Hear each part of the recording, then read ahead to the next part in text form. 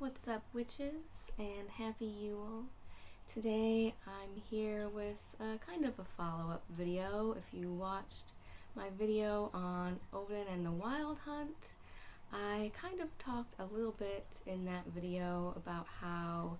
Odin is usually one of the leaders of the Wild Hunt, but something interesting that I stumbled across in my research on that topic was that he's often accompanied by this female figure. And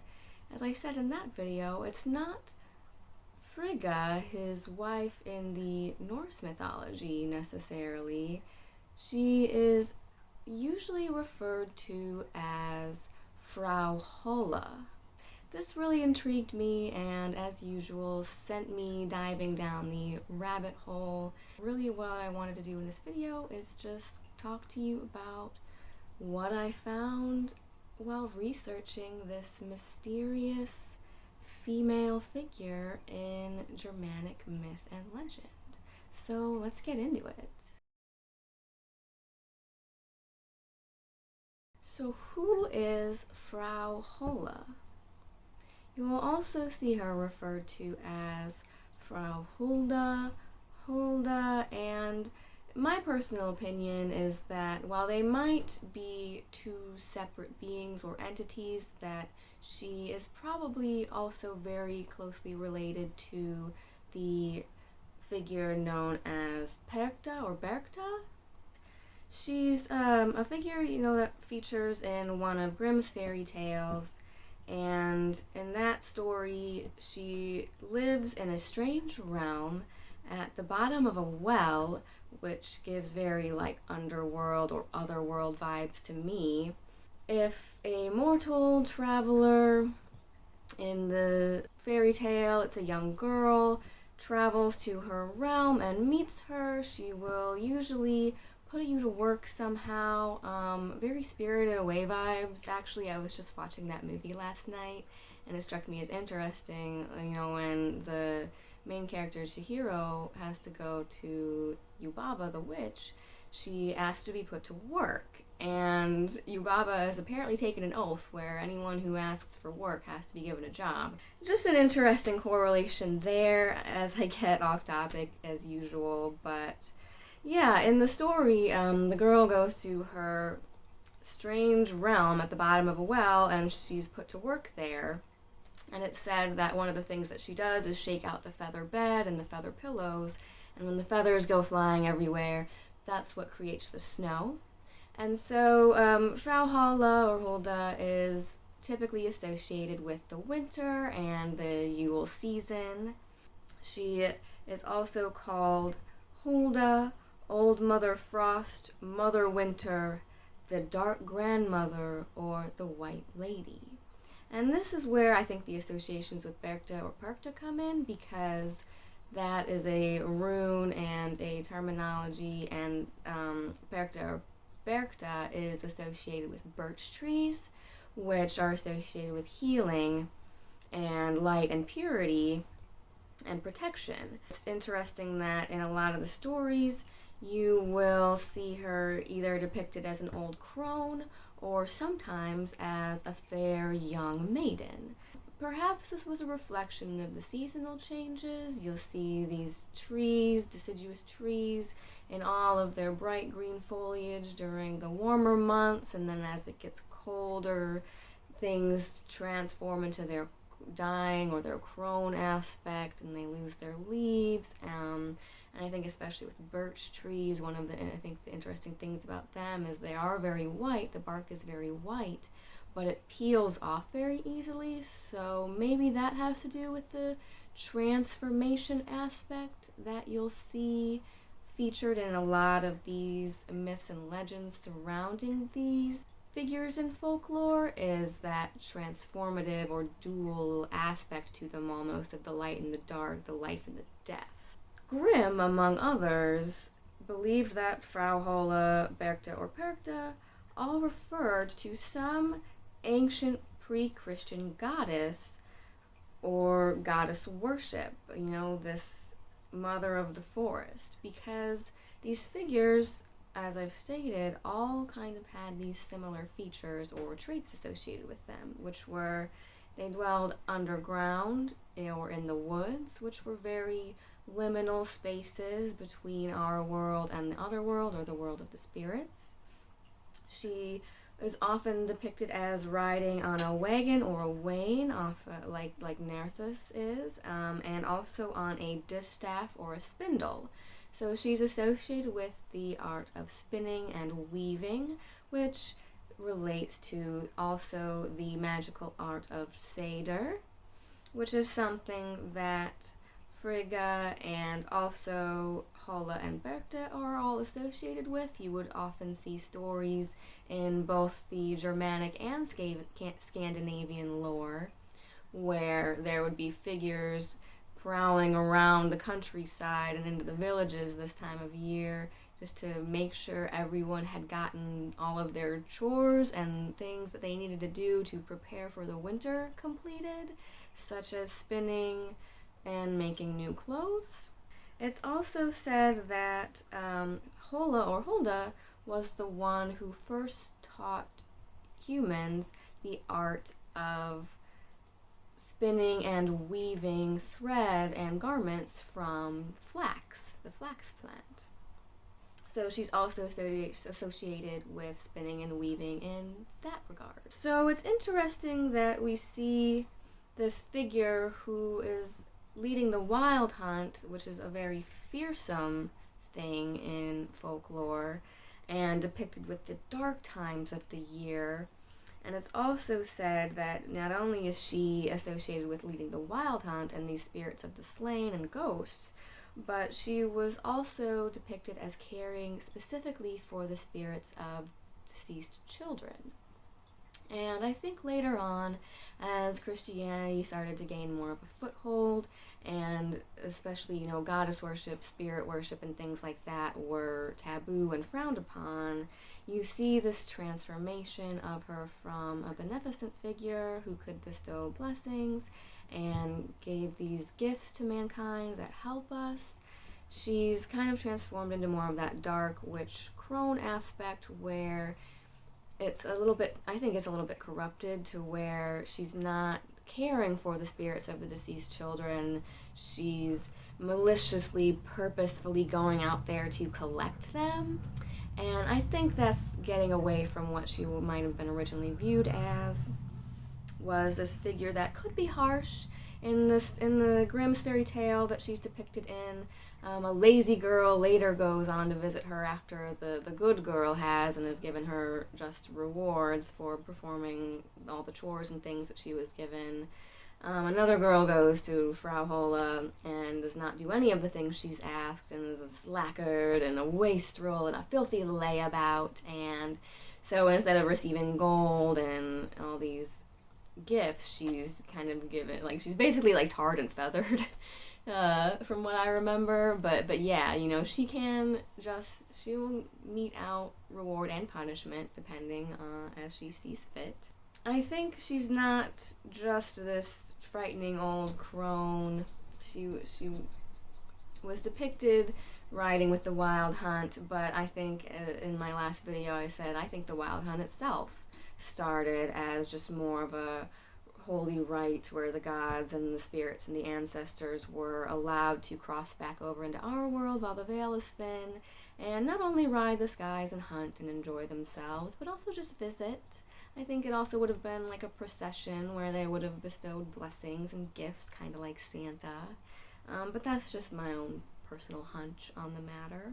I think that, yeah, not only Frau Holle, but the wild hunt in general, these nocturnal rides were once believed to bring blessing and fertility back to the land. We're in the dark time of the year where the sun is dead and gone, and so perhaps these processions would have been restoring blessings and fertility back to the land, not just trampling over everything, but I think if you perhaps hadn't fulfilled your oaths or done the things you were supposed to do for that year, maybe you would have met that more fearsome, punishing aspect. Maybe it depended on the person who encountered them. But yes, I think that in later Christian times she was not only associated with the wild hunt, but then also lumped in with that as being a more demonic or witchcraft type of practice, as did the whole aspect of spinning and weaving being related to satyr magic. I just think a lot of these goddesses and feminine figures, once Christianity started to take over, were corrupted and portrayed as evil or witches because they were trying to get people away from those practices, so they had to be labeled as demonic, evil, or other. But an interesting thing that I found when researching this figure, which also I think speaks to some of her origins and the original ways in which she would have been viewed and venerated, is that the Germanic root of Hulda means basically gracious, friendly, sympathetic, and the term Huldi is from an old Germanic term which basically means hospitality. And we know from a lot of these myths and stories that hospitality and the rites of hospitality and guest right are very big, not only in the myths where, Odin and the gods might visit you in disguise, and if you did not treat them with the appropriate hospitality due to any guest, you might be punished. But it also just speaks to that Germanic or Old Teutonic custom of hospitality, or hygge as it's known in the Scandinavian, of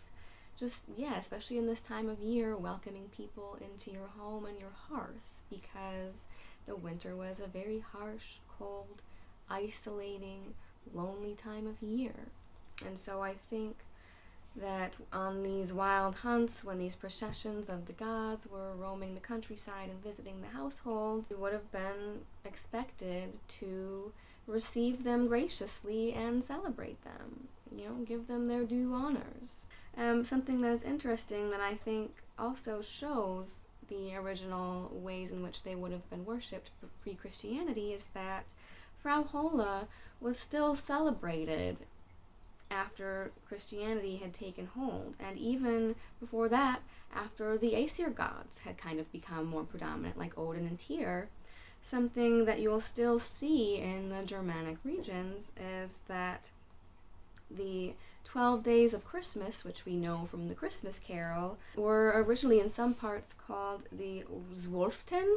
or the 12. And like the Celtic Wheel of the Year, where Samhain marks the end of the year and the beginning of the new year, this was kind of seen as an intercalary period, or just kind of a transitionary period in between the end of the old year and the beginning of the new year, with the rebirth of the sun at the solstice, where it was just this very transitional liminal space, in like a gap between the old year and the new, where the veil was very thin and the spirits could cross back over into our realm and visit until the rebirth of the sun at Yule.